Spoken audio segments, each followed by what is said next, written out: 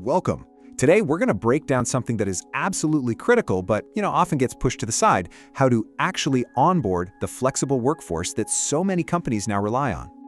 First off, let's just talk about the sheer scale here, because these numbers are, well, they're kind of mind-blowing. In the US alone, you're looking at 59 million freelance and contract workers. That's more than a third of the entire workforce. This is not some small niche group. It's a massive, essential part of how business gets done today. And the stakes for getting this right, they are incredibly high. The data couldn't be clearer. A great start leads to huge wins and keeping people around and getting awesome results. But a bad experience, it can be a total disaster. The first few days really do set the stage for success or for failure. So here's our game plan. We're going to start by unpacking the unique problems you face with temporary staff. Then we'll get into real, actionable strategies for both seasonal folks and contractors. After that, we'll look at how technology can make this whole process smarter and safer, and we'll wrap up with the all-important human element: how to make people feel like they truly belong. Okay, let's dive right in. Because if you want to solve a problem, you've got to understand it first. So what exactly makes onboarding this group so tricky? Well, first things first, we've got to be clear on who we're talking about, because they're not all the same. You've got seasonal workers, think retail help during the holidays. That's all about hiring a lot of people for a busy season. Then you have contract workers. These are the specialists, the experts you bring in for their very specific skills on a particular project. Totally different needs. And that leads to a whole bunch of really tough challenges. You're constantly fighting the clock. These workers have to be up and running almost instantly. With seasonal staff, you're dealing with huge numbers of people at once. There's also this constant risk that they'll feel like outsiders, which of course hurts morale. And then you've got all the different admin rules and, yep, major security risks. And that security risk, it is so much bigger than most people realize. I mean, this visual says it all. More than half of companies admit they don't shut down a temp worker's access right away when they leave. Every single one of those accounts is basically a door left wide open for a potential data breach. Okay, so you've got all these challenges. How in the world do you successfully onboard huge groups of seasonal staff who need to hit the ground running like yesterday? The playbook here is all about being smart and efficient. You have to tackle those time and volume problems head on. You start before day one with what's called pre-boarding, getting that digital paperwork done ahead of time. You use simple checklists so nothing gets missed in the chaos. You have to be ruthless and prioritize only the essential, need-to-know training. And you use the power of the group. Do orientations in batches and set up a buddy system to build support right from the start. And here's the thing that's so easy to miss. Just because they're short-term doesn't mean their work isn't valuable. Simple things like a shout-out for a job well done can make a huge difference for morale. And this isn't just about being nice, it's smart business. It turns a one-time helper into a reliable person who wants to come back next year, which saves you a ton in recruiting costs. Okay, so now let's pivot over to contract workers. The game changes a little bit here. The focus moves from high-volume efficiency to just absolute, crystal clarity around their very specialized role.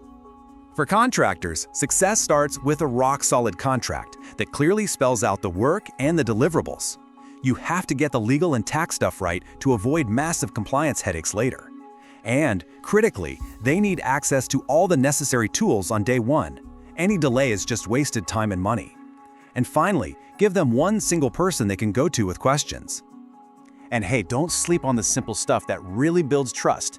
From the very beginning, be totally upfront about how and when they're going to get paid and what happens when the project ends. That level of professionalism shows you respect their time and prevents the kind of confusion that can really ruin a good working relationship. All right, now let's talk about the engine that can power this whole thing, making it faster, more consistent, and way safer. And that, of course, is technology. Look, getting rid of paper and going digital, it is a total game changer. You can automate all the paperwork, the background checks, even ordering equipment. But even better, you can create customized onboarding paths for everyone. So a seasonal cashier gets one experience and a freelance developer gets a completely different one, exactly what they each need. And speaking of security, there is one core idea you absolutely have to embrace. It's called the principle of least privilege. And it's really simple. A person gets the absolute minimum level of access they need to do their job and nothing more. The temp in marketing, they don't need access to finance folders. It's all about locking doors before anyone can even try to open them. And wow, the difference between doing this right and doing it wrong is just massive. Best practice? Unique logins for everyone. The common mistake? Shared accounts where you have no idea who did what. Automating access removal is the gold standard, while the old manual way leaves giant security holes open for weeks or even longer. And if you're sitting there thinking, this probably won't happen to us, well, think again. The threat is incredibly real. A jaw-dropping 80%, that's 4 out of 5 companies, have had a data breach caused by a third party. Getting onboarding and offboarding right isn't just an HR task. It's a core piece of your cybersecurity defense.